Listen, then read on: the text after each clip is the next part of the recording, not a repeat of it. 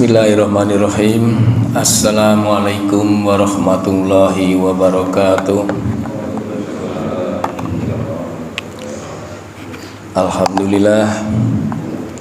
Alhamdulillahi hamdan katsiran thayyiban mubarakan fih kama yuhibbu rabbuna wa yarda.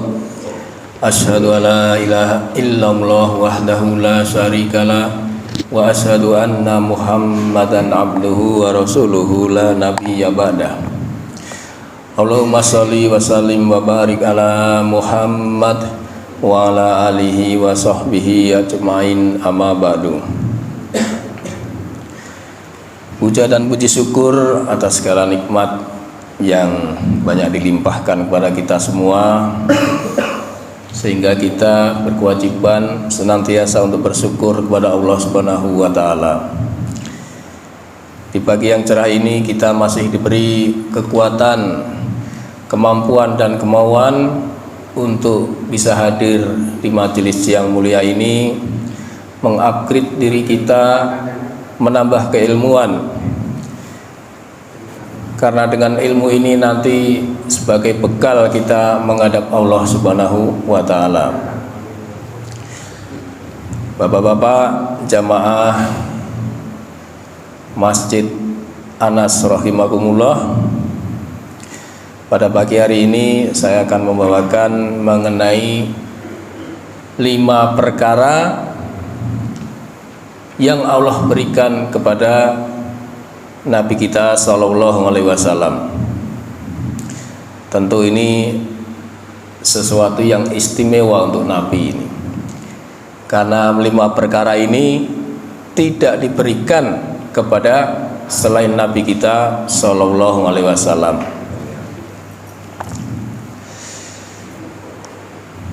Kita ambil hadisnya dulu. Dari Jabir bin Abdillah radhiyallahu anhuma, anna nabiyya sallallahu alaihi wasallam qol ukhtitu khamsan lam yukhtahunna ahadun qabli. Kata Nabi, aku diberikan oleh Allah 5 perkara yang tidak pernah diberikan kepada seorang pun dari Nabi sebelumku. Ini kalau hanya Nabi SAW yang dikasih 5 perkara ini, kira-kira istimewa nggak ini Pak? Istimewa ya? Ya. Jadi memang ada keistimewaan untuk Nabi kita ini. Kira-kira apa nih keutamaan Nabi itu? Nabi dan umatnya ini yang istimewa ini, karena ini dicantumkan di dalam Al-Quran.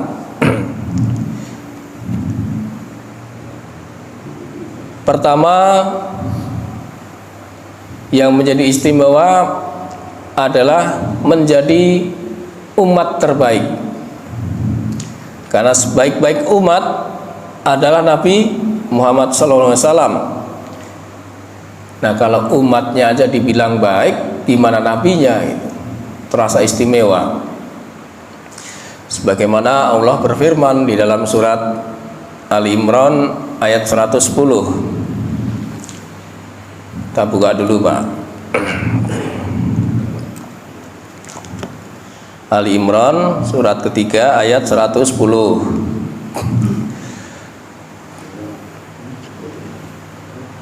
Kuntum khaira ummatin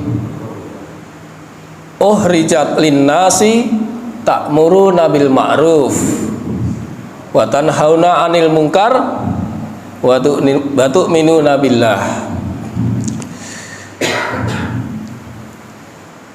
Kalian adalah umat terbaik yang dilahirkan untuk umat manusia,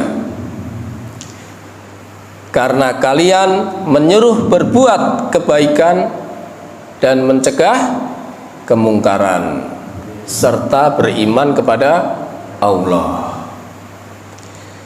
Jadi dikatakan umat terbaik itu ketika seseorang itu amar ma'ruf nahi mungkar, ya. Menyuruh berbuat kebaikan dan mencegah kemungkaran. Ada yang dakwahnya hanya menyuruh kebaikan saja, ada yang mencegah kemungkaran, tapi semua itu dibarengi dengan iman kepada Allah. Maka ini semua dikatakan menjadi umat yang terbaik. Kemudian yang kedua, keistimewaannya yaitu Nabi dan umatnya menjadi golongan atau umat yang terakhir, tetapi nanti masuk surga pada awalnya. Sebagaimana Rasulullah SAW bersabda, Nahnu akhirunas sabiquna yaumal qiyamah. Kami, kata Nabi, adalah umat yang terakhir. Akan tetapi kamilah golongan yang pertama kali masuk ke dalam surga pada hari kiamat. Hadis riwayat Bukhari. Gimana rasanya, Pak? Seolah-olah kita tuh nggak perlu ngantri itu, Pak, mendahului orang-orang terdahulu. Nah, inilah diantara keistimewaan itu. Nah, selain dari keistimewaan Rasulullah dan umatnya, tadi dikatakan ada 5 ukhtitu khamsan, ya, 5 perkara yang diberikan oleh Rasulullah SAW. Apa saja itu? Yang pertama, nusirtu birukbi masirota syahri. Aku ditolong Allah dengan rasa takut di hati musuh sejauh sebulan perjalanan. Ini maksudnya apa ya, Pak? Ya. Jadi musuh-musuh Nabi itu, musuh Nabi banyak apa? Ya, waktu itu banyak sekali musuhnya.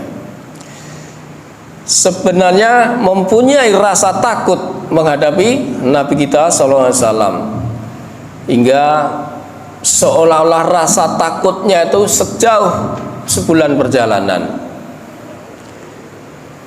Sejauh sebulan perjalanan berapa lama ini, Pak? Berapa jauh nih jaraknya kira-kira ini? Kalau kita jalan kaki sebulan kira-kira sini mana ini? India bisa sampai, Pak ya? Nggak sampai? Nah, masih jauh lagi, Pak ya? Masya Allah. Ya, berarti ditanamkan rasa takut kepada musuh-musuh Nabi itu sampai sebegitu jauhnya. Ya, dikiaskan nanti sebulan jauh perjalanannya. Dalam suatu hadis dari Abu Hurairah radhiyallahu anhu bahwa Rasulullah SAW bersabda, aku diutus dengan jawami'ul kalim, yaitu ucapan singkat namun syarat makna. Aku ditolong dengan rasa ketakutan musuh, dan ketika aku bermimpi, aku diberikan kunci-kunci perbendaharaan dunia, lalu diletakkan di tanganku. Kemudian Abu Hurairah berkata, Rasulullah SAW telah pergi, dan kalianlah yang akan menuainya. Jadi bahwa di antara wasilah kemenangan yang dijadikan musuh-musuhnya itu mempunyai rasa ketakutan di hati, gimana musuh itu mau menyerang Nabi kalau ditanamkan ketakutan terdahulu? seolah-olah musuh-musuh itu Nabi rasanya apa ya Pak? Ngeper itu Pak ya, ngeper duluan Pak. Nah inilah di antara Nabi kita yang diberikan atau ditolong Allah dengan memberikan rasa ketakutan kepada musuh. Kemudian dikatakan diberikan perbendaharaan dunia. Artinya dibolehkan untuk menceritakan nikmat-nikmat Allah, bukan untuk berbangga-bangga, tapi tujuannya untuk bersyukur. Jadi ketika dikasih seseorang atau kita dikasih kenikmatan, hendaknya kita bersyukur. Tapi memang ini rada tipis Pak. Kadang-kadang kalau dibeli kenikmatan itu bisa untuk pamer, untuk bangga. Nah ini tipis. Maka sebaiknya ketika dikasih kenikmatan ini untuk bersyukur. Sebagaimana Allah berfirman, wa amma bi ni'mati rabbika fahadits. Dan terhadap nikmat Tuhanmu hendaklah kamu bersyukur ya. Nah itu perintah Allah ketika kita mendapatkan nikmat bersyukur. Nabi itu mencontohkan ketika dia mendapatkan sesuatu yang seneng, yang mengenakan, beliau itu bersujud syukur. Nah, kita mengucapkan alhamdulillah. Nah itulah kita dibolehkan untuk menceritakan nikmat-nikmat itu dalam rangka untuk bersyukur. Itu yang pertama. Kemudian yang kedua, waju'ilat lil ardu masjidan wa tahuran fa ayyuma rajulin min ummati ajrakat hussalatu falyusalli. Dijadikan bumi itu sebagai tempat sholat dan sebagai tempat bersuci. Maka siapapun dari umatku yang mendapatkan waktu sholat, maka hendaklah ia segera sholat dimanapun. Ini seolah-olah Rasulullah memerintahkan untuk menyegerakan sholat. Kenapa untuk menyegerakan sholat, Pak? Karena di dalam sholat yang tepat waktu itu ada keutamaan-keutamaannya. Kan Rasulullah pernah ditanya, 2 minggu lalu sudah saya sampaikan di sini. Ada satu pertanyaan, tapi Rasulullah menjawab beberapa jawaban. Nah, di antara berkaitan dengan ini, apa pertanyaannya? Ayul a'mali ahabbu ilallah. Ya Rasulullah, amalan apa yang dicintai oleh Allah? Wahai Rasulullah, di antaranya yaitu as-sholatu ala waktiha, yaitu sholat tepat waktu. Kenapa kita diperintahkan sholat tepat waktu? Ini tadi loh, Pak. Ya, karena kita itu tidak tahu umur. Jangan sampai ajal tiba tanpa alasan yang syar'i kita belum menunaikan kewajiban sholat. Boleh jadi karena ada alasan itu bisa ditunda. Tapi ketika tidak ada alasan apapun, Maka kata Nabi, fal yusolli, segeralah untuk sholat.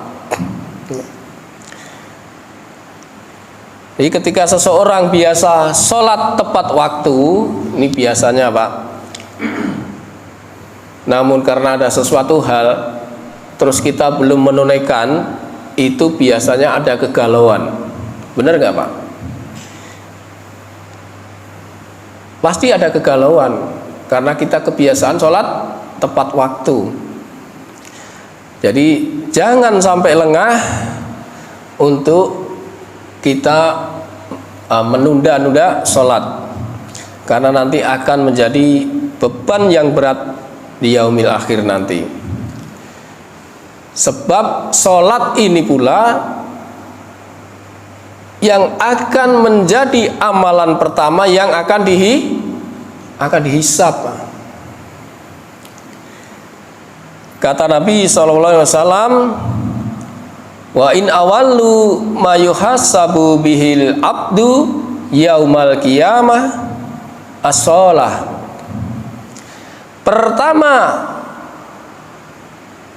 Pertama kali perkara yang akan dihisab dari seorang hamba pada hari kiamat adalah sholat. Wa in sholahat sholahallahu sa'iru amalihi. Apabila sholatnya baik, maka seluruh amalan pun menjadi baik. Wa in fasadat fasada sa'iru amalihi. Apabila sholatnya buruk, maka seluruh amalannya jadi buruk. Hadis riwayat Tabrani. Hadis yang sudah masyhur, dikatakan bahwa sholat sesuatu yang akan pertama kali ditanya. Ketika sholatnya baik, maka semua amalannya pun baik. Dan sebaliknya, kalau sholatnya buruk, maka seluruh amalannya menjadi buruk. Jadi ini perlu diperhatikan, bahwa diri kita, termasuk saya pribadi itu, untuk senantiasa muhasabah dengan sholatnya, agar dari hari ke hari kita meningkat kualitas sholatnya, sebagaimana nanti dengan tuntunan Rasulullah SAW. Nah, antara hamba dan Allah itu mempunyai perjanjian mengenai sholat. Ini kalau hamba melakukan sholat dengan sungguh-sungguh, maka seorang hamba itu mempunyai perjanjian dengan Allah, yang Allah akan masukkan ke dalam surga. Kita lihat hadisnya. Dari Ubadah bin As-Samit radhiyallahu anhu, ia berkata, aku mendengar Rasulullah sallallahu alaihi wasallam bersabda, 5 sholat yang Allah wajibkan atas hambanya, barang siapa mengerjakannya dan tidak menyia-nyiakan sedikit pun karena menganggap enteng, maka ia memiliki perjanjian dengan Allah untuk masuk atau dimasukkan dia ke dalam surga. Dan barang siapa tidak mengerjakannya, maka dia tidak memiliki perjanjian dengan Allah. Jika Allah berkehendak, maka dia akan mengazabnya. Dan jika Allah berkehendak, dia akan mengampuni. Jadi ada 2 perkara ini. Ketika seseorang melakukan sholat dengan sungguh-sungguh, dengan baik dan benar, sesuai dengan tuntunan, maka seseorang itu mempunyai perjanjian dengan Allah. Allah berjanji, kamu akan saya masukkan ke dalam surga. Tetapi barang siapa yang menyepelekan, bahkan meninggalkan, maka tidak ada perjanjian dengan Allah.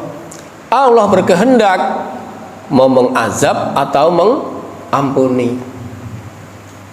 Pilih yang mana kira-kira? Mau yang sungguh-sungguh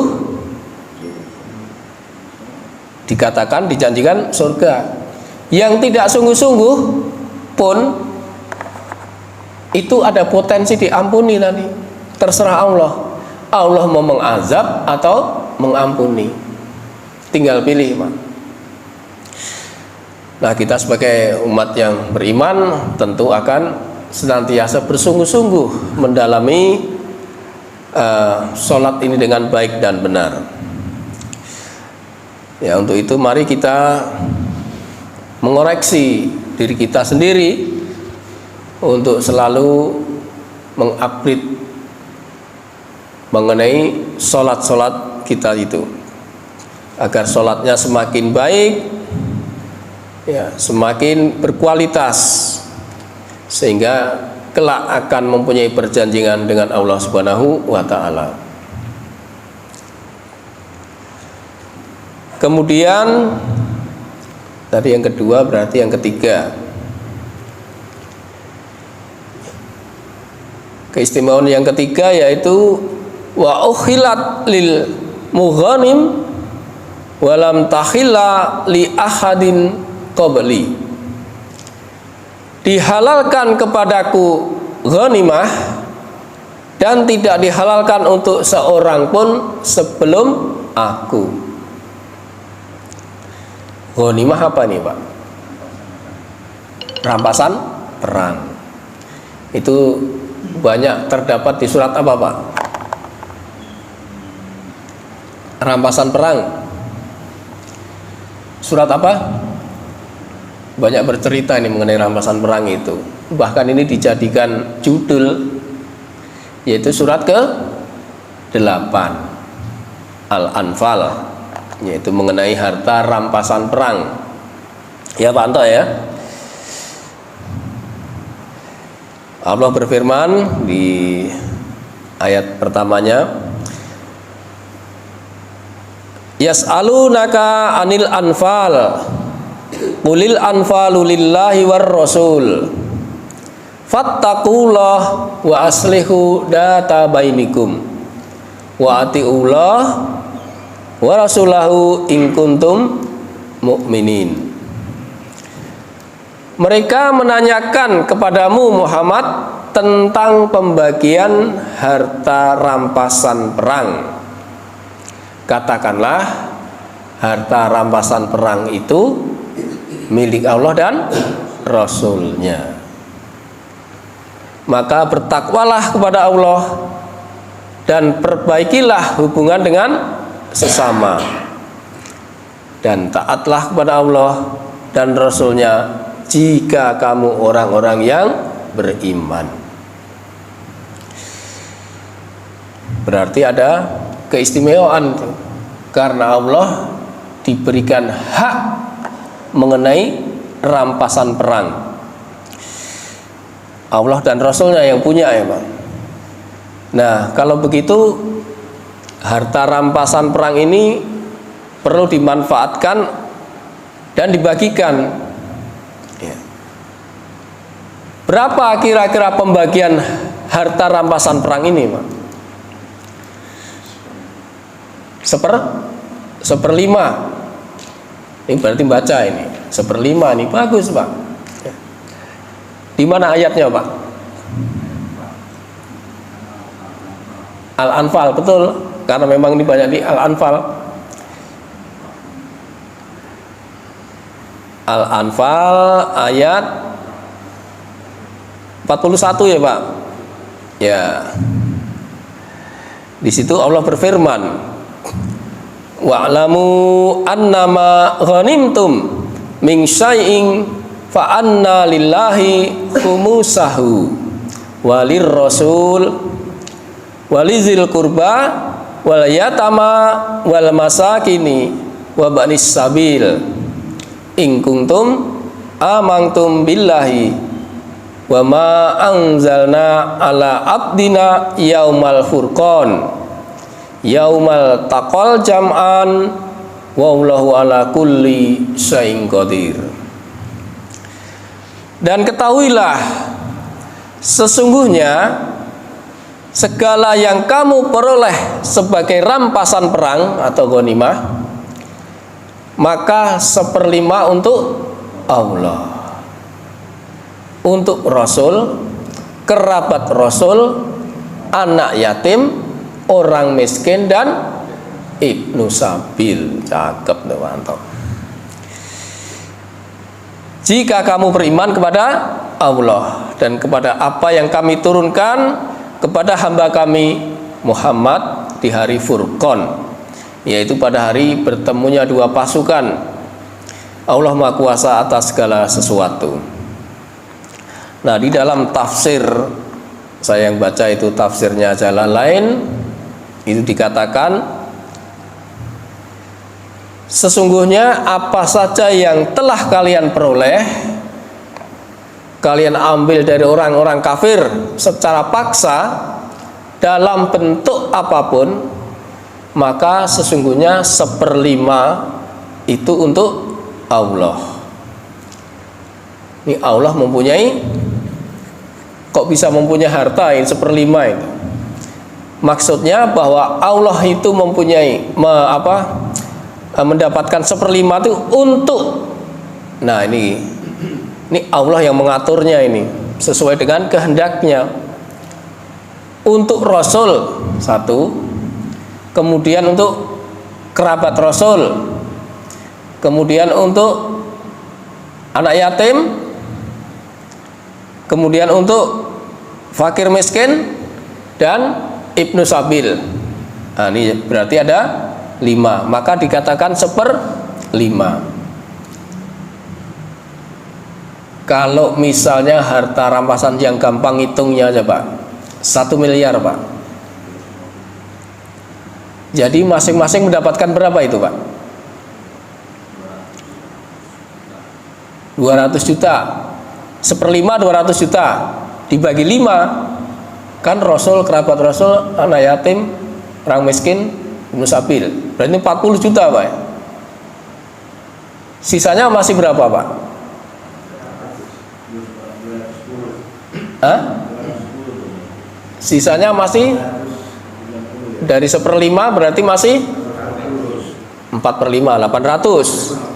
Nah, 800 itu dikatakan dibagikan kepada pasukan perangnya Pak,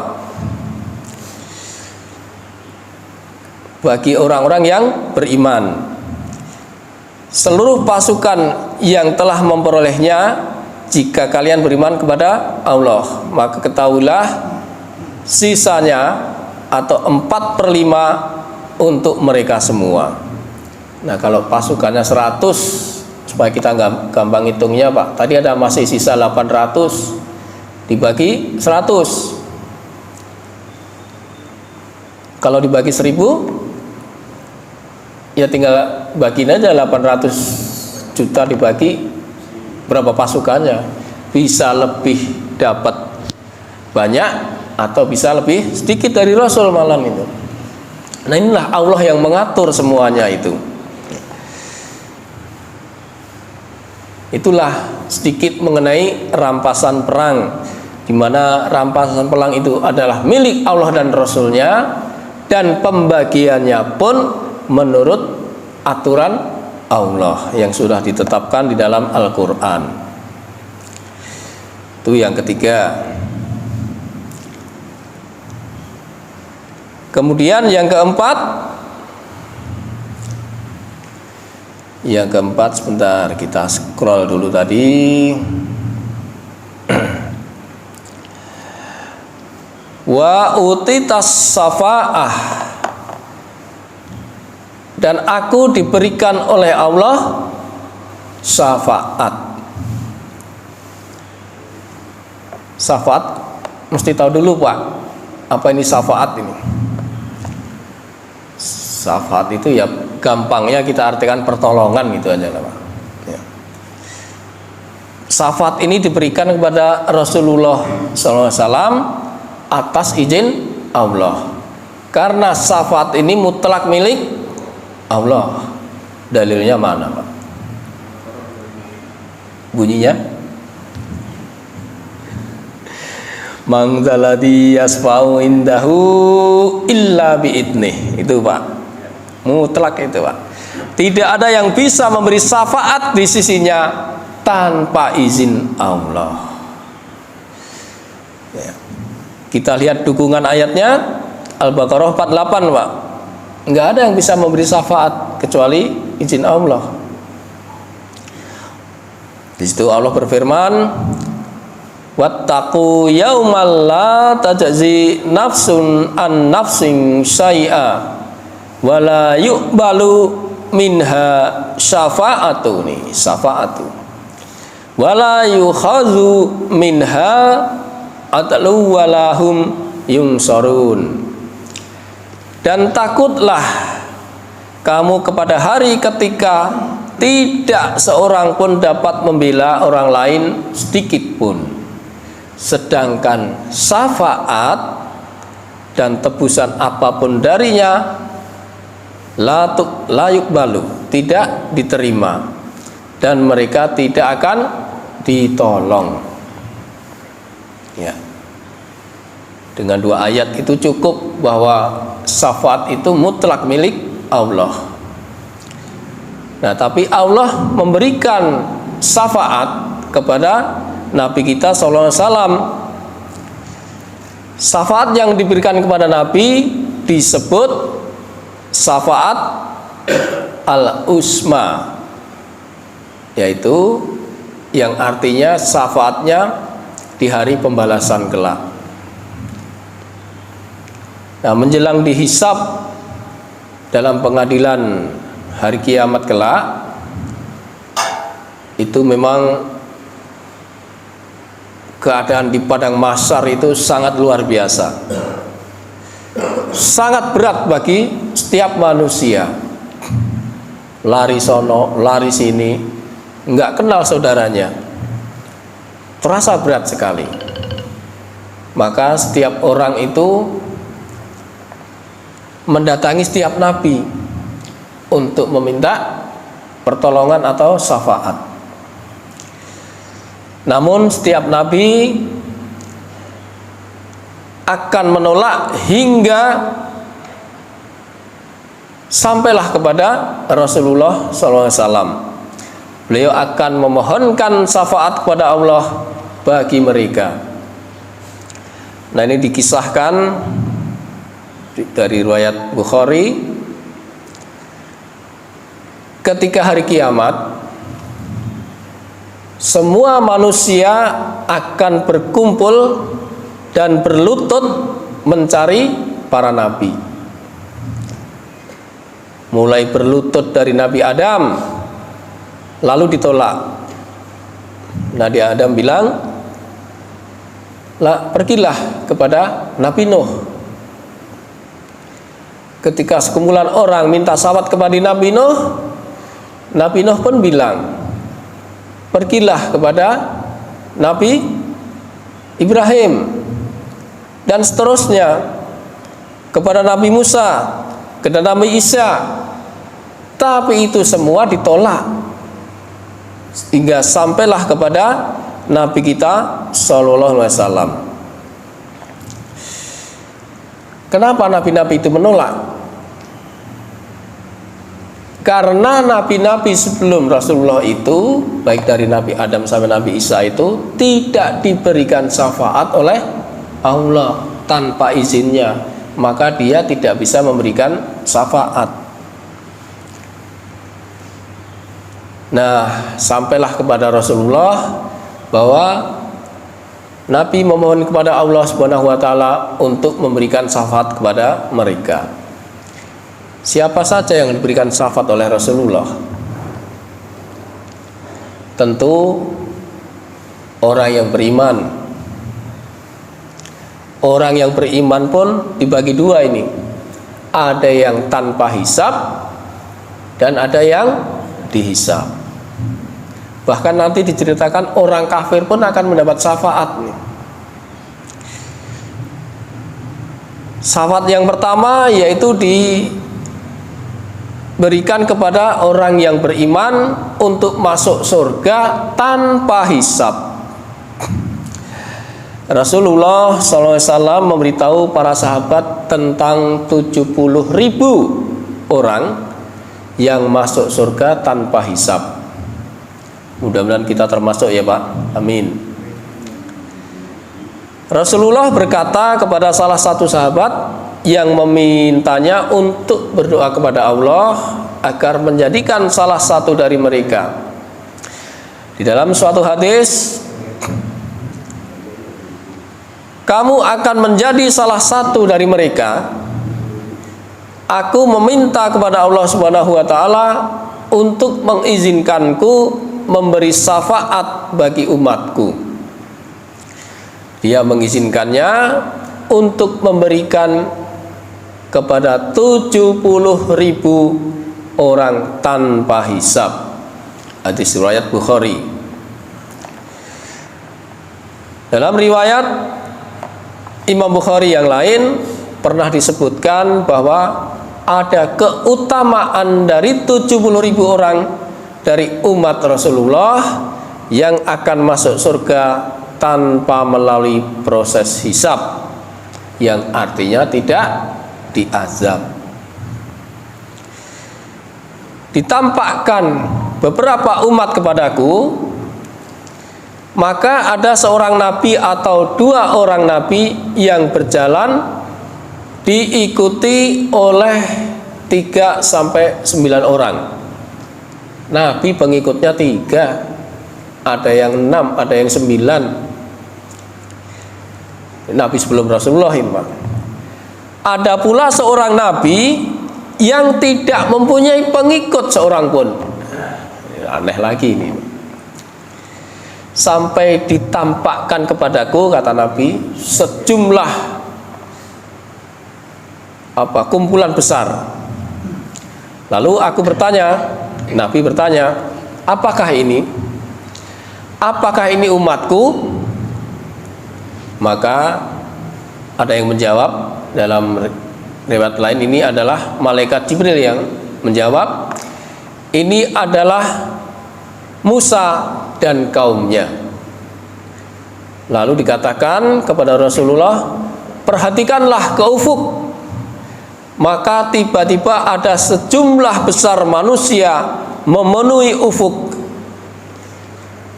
Maka tiba-tiba ada sejumlah orang yang telah memenuhi ufuk dan berkata, inilah umatmu. Di antara mereka akan ada yang masuk surga tanpa hisab. Sejumlah 70.000 orang. Kemudian Nabi SAW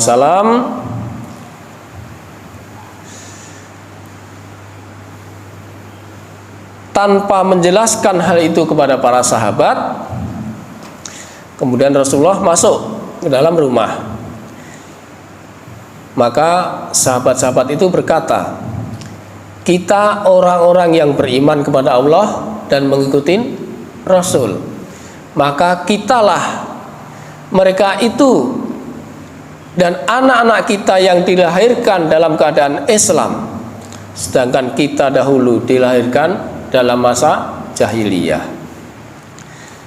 Maka perkataan para sahabat itu terdengar oleh Rasulullah SAW. Maka Rasulullah keluar dan berkata bahwa mereka itu adalah orang yang tidak minta diruqyah, tidak minta meramal nasib, dan tidak minta dikei.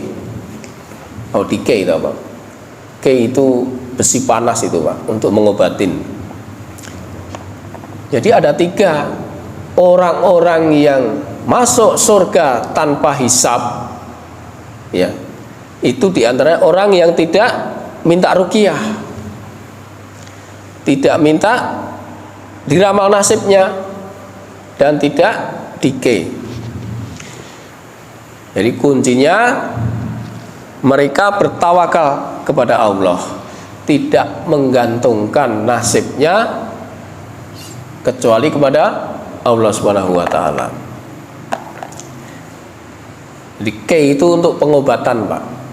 Kalau dulu pengobatan, tapi ini diperselisihkan oleh para ulama mengenai ke ini, tapi ini zaman dulu, Pak. Zaman sekarang kan udah nggak ada.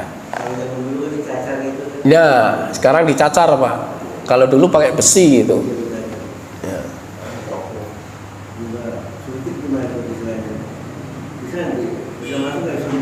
Ya, bisa, Pak. Jadi kata ulama ini ada yang mengharamkan, ada yang memakruhkan, dan ada yang membolehkan. Tapi kalau berdasarkan hadis ini sebaiknya ya memang sekarang udah nggak ada ya kayak itu. Tapi yang masih populer kan ruqyah, Pak, dan perdukunan tentu karena meramal nasib gitu, Pak. Jadi orang-orang yang tidak akan masuk surga tanpa hisab. Kemudian tadi kepada orang beriman yang dimasukkan surga tanpa hisab. Sekarang syafaat bagi kaum muslimin yang melakukan dosa besar. Rasulullah SAW ingin memberi syafaat bukan hanya untuk orang yang bertakwa, tetapi juga kepada umatnya yang melakukan maksiat saat di dunia. Padahal orang yang melakukan maksiat pantas dimasukkan ke dalam neraka. Tapi ini antik, Pak. Rasulullah memohonkan syafaat kepada Allah sehingga mengampuni dosa-dosa mereka. Nah, para ulama juga sepakat bahwa penghuni neraka yang memiliki keimanan dalam hatinya walaupun sedikit, walaupun sebutir atom, tapi dia ada potensi untuk mendapatkan syafaat. Mereka bisa diberi syafaat oleh Rasulullah SAW sehingga bisa keluar dari neraka. Jadi meskipun manusia itu melakukan baik dosa besar maupun kecil, tetapi kalau dalam dirinya masih ada iman, mereka bisa mendapatkan syafaat dengan izin Allah. Jadi kalau yang kedua ini dicuci dulu, Pak. Biar bersih mau dicuci. Tapi mau nggak kita dicuci dulu, Pak? Nggak mau kan? Ya, makanya kita pilih yang tanpa hisab tadi, Pak. Ya, ini karena keistimewaan Rasulullah SAW. Kemudian syafaat kepada orang kafir, tapi ini diceritakan khusus kepada paman Nabi. Tapi syafaatnya bukan ngentas itu apa, Pak Anto? Bukan mengeluarkan dari neraka, tapi syafaat Rasulullah untuk orang kafir itu meringankan siksanya, sebagaimana dikisahkan meringankan siksa pamannya yang masih kafir waktu itu. Al-Abbas ibnu Abdul Muthalib bertanya kepada Nabi Muhammad SAW, apakah kamu memberi manfaat kepada pamanmu Abu Thalib karena dia selalu melindungimu? Maka Rasulullah menjawab, dia berada di bagian neraka yang sangat ringan dengan memakai 2 sandal yang menyebabkan otaknya mendidih akibat panasnya. Siksaan yang paling ringan dari penghuni neraka, dan jika bukan karena syafaat untukku, maka dia akan berada di bagian neraka yang paling rendah. Hadis riwayat Bukhari. siksaan ringan itu memakai sendal, Pak.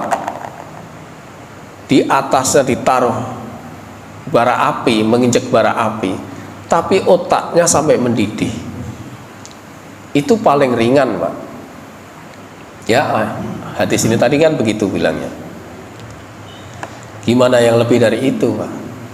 Segitu aja kita nggak akan tahan, Pak. Kita nggak bisa membayangkan. Maka banyak istighfar, kita banyak minta ampun kepada Allah, banyak bertobat agar kita lolos dari azab Allah Subhanahu wa taala. Nah, selain Rasulullah SAW yang diberi syafaat, ada nggak orang lain? Orang biasa, Pak, diberi syafaat itu, diberi izin syafaat oleh Allah. Ada nggak kira-kira? Ini seneng, Pak, kalau bisa seperti ini, Pak. Ya, kita baca hadisnya dulu, Pak. Ada, Pak, orang yang biasa-biasa, orang seperti biasa, tapi dia juga punya keutamaan. Rasulullah SAW bersabda, "Man ta'allamal Qur'an fastadarahu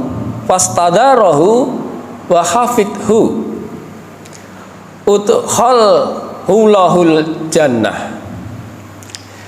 Barang siapa yang belajar Al-Quran dan menghafalkannya, dan dia bisa hafal, niscaya Allah akan memasukkan ke surga. Man ta'allamal Quran, belajar Al-Quran, berarti untuk memahami, Pak.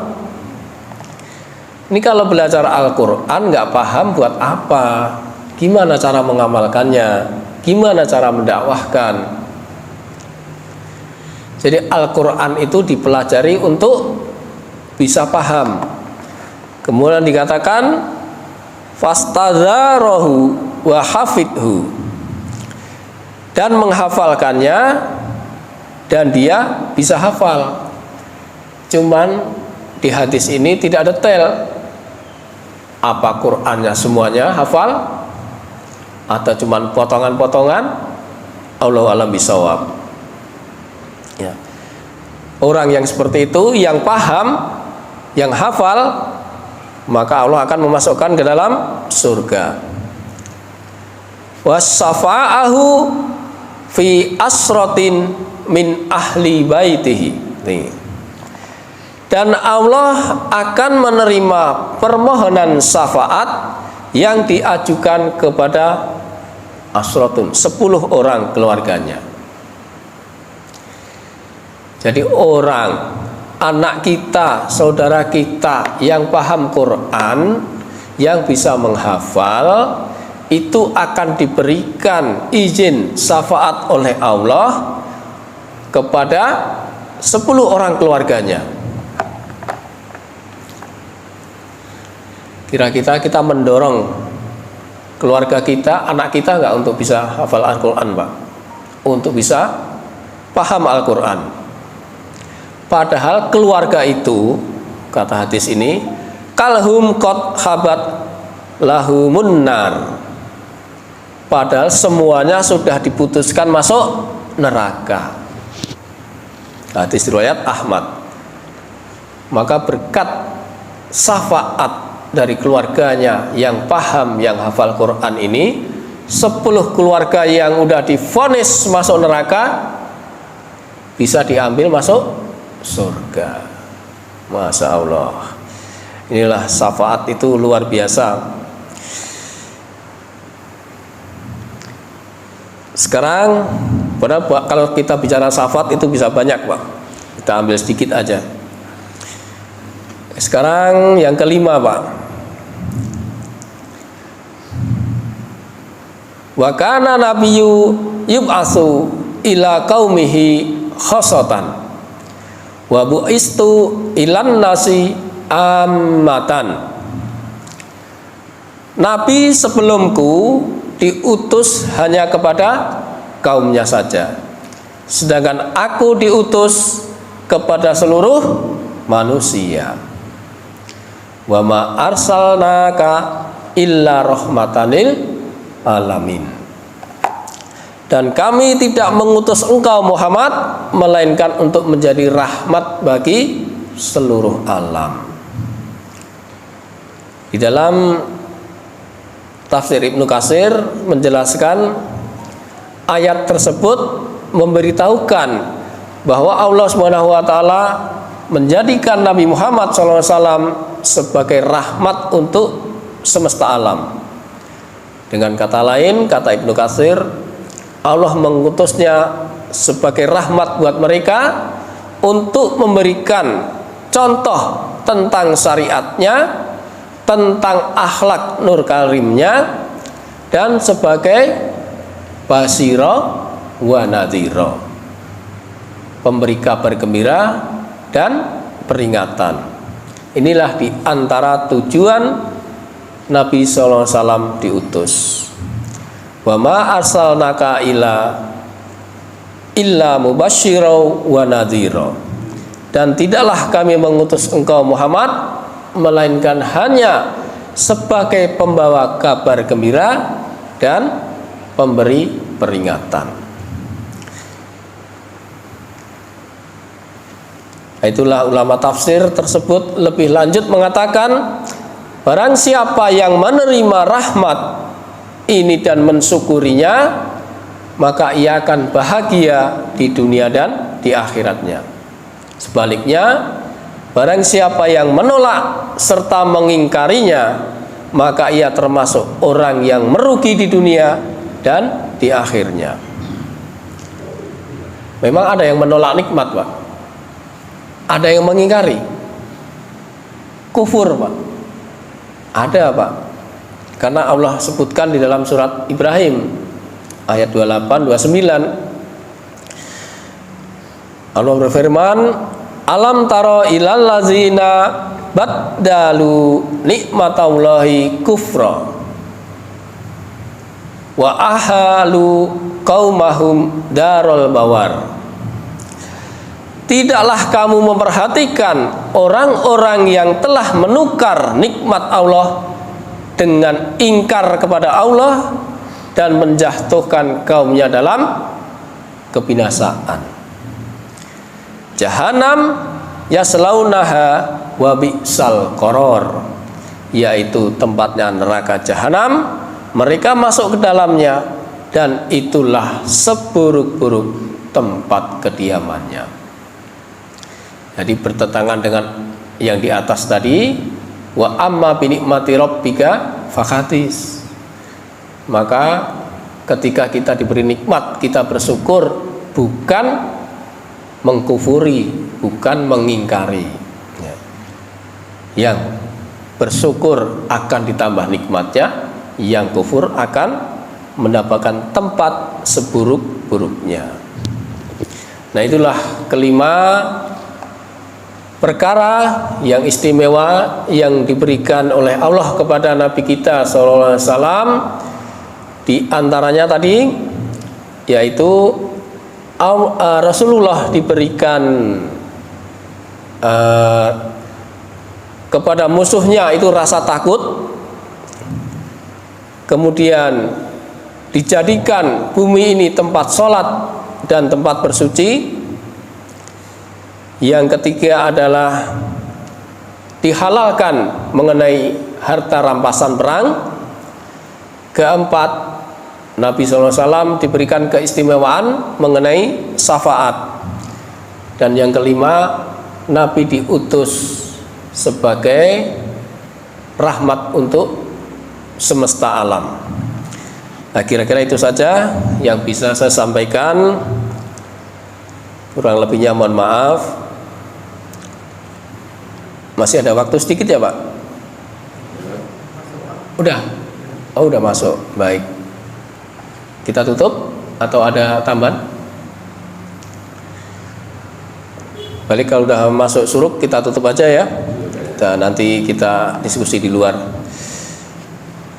Demikian, mudah-mudahan ada manfaatnya bagi kita semua sebagai ibrah bagi kita. Kita tutup kajian pagi hari ini dengan berdoa membaca kafaratul majelis. Subhanakallahumma wa bihamdika asyhadu an la ilaha illa anta astaghfiruka wa atubu ilaik. Billahi taufik wal hidayah. Wassalamualaikum warahmatullahi wabarakatuh.